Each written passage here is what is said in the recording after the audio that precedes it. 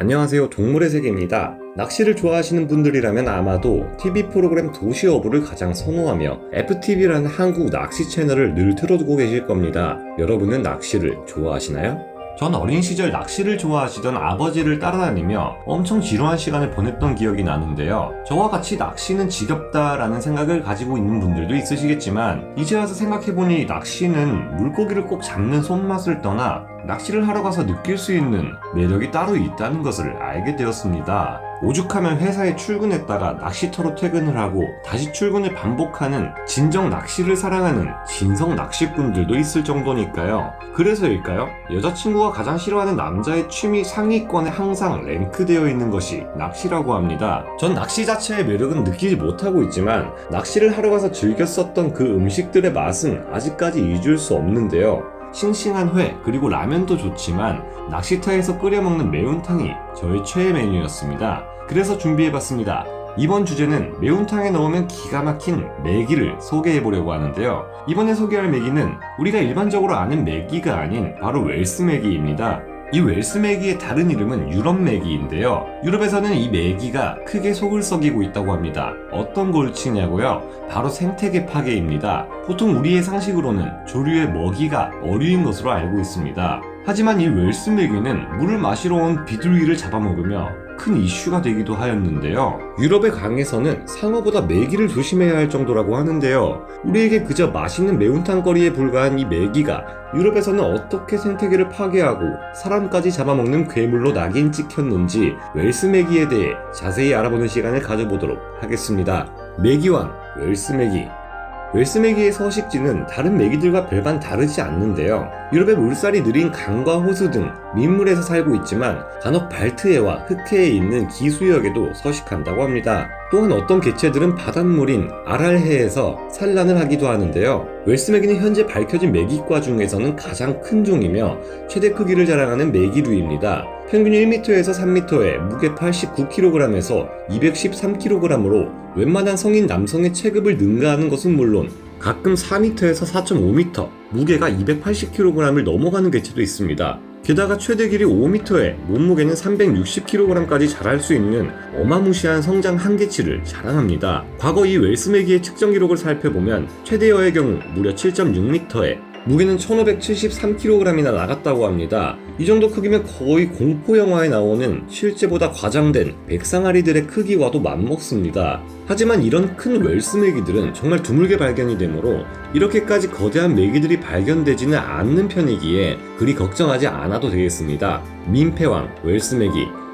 어마무시한 크기를 자랑하는 웰스 메기는 유럽에서 각종 인명피해와 사건, 사고를 여러 방면으로 벌이고 있다고 합니다. 1988년도에는 5살 된 여자아이가 웰스 메기에게 잡아먹히는 끔찍한 사건이 발생하였다고 하는데요. 이 사건이 더욱 비극적인 건 온 가족이 행복한 소풍을 나온 벌건 대낮에 벌어졌기 때문입니다. 또 다른 인명피해로는 강에서 수영을 하다가 웰스 메기한테 물린다거나 혹은 아예 물속으로 끌려가 잡아먹히는 사고와 같은 익사사고 역시 가끔씩 발생한다고 합니다. 다음의 사건은 인명피해는 아니지만 2016년 오스트리아 다뉴브 강의 수력발전소 배수구가 막히는 사건도 발생했었다고 합니다. 그 원인은 역시나 웰스 메기 때문이었는데요. 배수구를 다시 뚫기 위해 크기가 2.2m이고 90kg에 달하는 웰스 메기를 크레인을 통해 건져 올릴 수밖에 없었다고 합니다. 크게 알려진 사실만 이 정도라고 하니 분명 드러나지 않은 것들도 있을 텐데 정말 민폐왕이라고 해도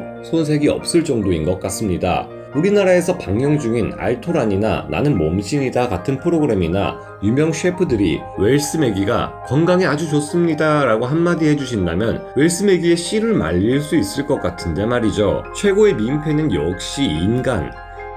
그런데 웰스 메기가 유럽의 골칫덩이가 된 이유는 따로 있었습니다. 그건 바로 한 낚시꾼의 짜릿한 손맛 하나 때문이었는데요. 1974년 스페인 에브르강에 웰스 메기 수천 마리를 풀어놓는 일이 벌어졌습니다. 그 이유는 단지 손맛을 느끼고 싶다는 이기적인 욕심 때문이었는데요. 이 소식이 전해지면서 다른 나라의 낚시꾼들도 이를 따라 강에 웰스 메기를 풀어놓기 시작했습니다. 거대한 물고기를 잡기 위한 손맛 하나가 불러온 나비 효과가 이처럼 상당한 피해를 주고 있는 것이죠. 웰스 메기가 급속도로 유럽 전역에 퍼질 수 있게 된 이유는 그들의 번식력 또한 주요하게 작용했습니다. 웰스 메기의 수명은 약 80년이나 되며 한 번에 수십만 개의 알을 낳는다고 하니 순식간에 불어날 것은 당연한 결과인 듯합니다. 게다가 다 자란 성체의 경우 천적마저 잘 존재하지 않는다고 하니 그 거대한 몸집을 유지하기 위해 얼마나 많은 동물들을 잡아먹겠습니까? 그러니 생태계가 파괴되는 것은 불보듯 뻔한 일일 테고요. 해결 방안은 없을까?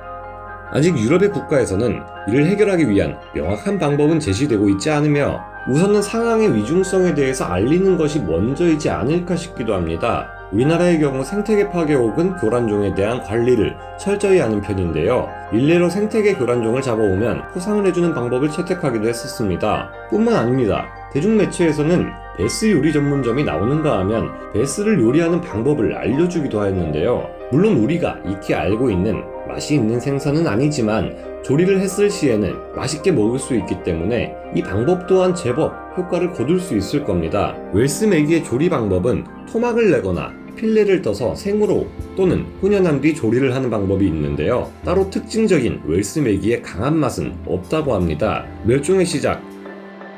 전문가들의 의견에 따르면 지구온난화와 이상기후 변화로 인해 급작스럽게 내리는 폭우 등이 웰스 메기의 번식 환경에 도움을 주고 있다고 밝혔습니다. 수온이 지속적으로 오르고 있는 프랑스는 매년 여러 차례 산란을 하고 있는 웰스 메기를 포착하기도 했으며 벨기에와 네덜란드 역시 웰스 메기가 포착되고 있다고 합니다. 그로 인해 다른 종들이 멸종이 시작되고 있다는데요. 스페인 지로나 대학의 한 해양 생태학자는 이베리아 반도에서의 소생물 중 한 종은 이미 웰스 메기로 인해 멸종했을 가능성이 있다고 말하기도 했습니다. 문제는 날이 갈수록 심각해지고 있지만 마땅한 해결책도 제시할 수 없다고 합니다. 전문가들은 유럽 국가들 공동의 노력이 없다면 웰스 메기로 인해 멸종되어 가고 있는 종들을 구할 수 없을 것이라고 따끔한 경고를 하기도 하였는데요. 우리나라 속담에 소 잃고 외양간 고친다라는 말이 있듯이 더 이상 이러한 일들이 계속 발생하게 두는 것은 책임 회피적인 발상이 아닐까요? 웰스 메기로 인해 다른 생물들이 멸종되는 일은 발생하지 않았으면 하는 바람입니다. 그리고 이런 일들이 벌어지게 된 애초의 원인인 우리 인간은